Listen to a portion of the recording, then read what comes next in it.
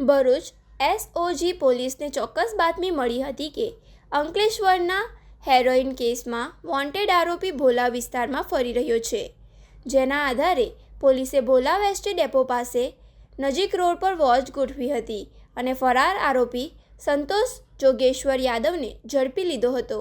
પકડાયેલા આરોપી સંતોષ યાદવ મૂળ અંકલેશ્વર લક્ષ્મણનગર મારુતિધામ 2 પાસેનો રહેવાસી છે. ગત 13 જાન્યુઆરી 2026ના રોજ ભરૂચ એસઓજી પોલીસને બાતમી મળી હતી કે અંકલેશ્વરના સારંગપુર ગામે આદર્શનગરમાં રહેતો રાકેશ મંડલ વતનમાંથી ડ્રગ્સનો જથ્થો લઈને આવવાનો છે. પીઆઈએ એચ.એસ. છૈયાને અને તેમની ટીમને અંકલેશ્વર જીઆઈડીસી ડેપો ખાતે વોચ ગોઠવી હતી.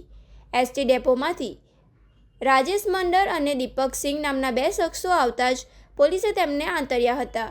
બેગમાં મળ્યું હતું મિક્સ હેરોઇન. રાકેશ મંડળની સ્કૂલ બેગની તલાશી લેતા તેમાંથી આછા બ્રાઉન રંગના તીવ્ર વાસવાળા પાવડરની 14 જીપ લોક પડીકીઓ મળી આવી હતી.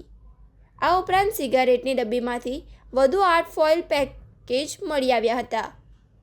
એફએસએલની તપાસમાં આ જથ્થો મિક્સ હેરોઇન હોવાનું બહાર આવ્યું હતું. પોલીસે તે સમયે મૂળ બિહારના બંને આરોપીઓ પાસેથી મિક્સ હેરોઇન અને 2 મોબાઈલ ફોન સહિત કુલ 11,72,000નો મુદ્દોમાલ જપ્ત કર્યો હતો. પૂછપરછ દરમિયાન સામે આવ્યું હતું કે આ જથ્થો સંતોષ યાદવે મંગાવ્યો હતો, જેથી પોલીસે તેને વોન્ટેડ જાહેર કર્યો હતો, જે હવે પોલીસ સકંજામાં આવી ગયો છે. અત્રે ઉલ્લેખનીય છે કે અગાઉ ઝડપાયેલા 2 આરોપી અંકલેશ્વર યુનિયન બેંક લૂંટ અને ફાયરિંગ કેસમાં પણ સંડોવાયેલા હિસ્ટ્રીટર હતા.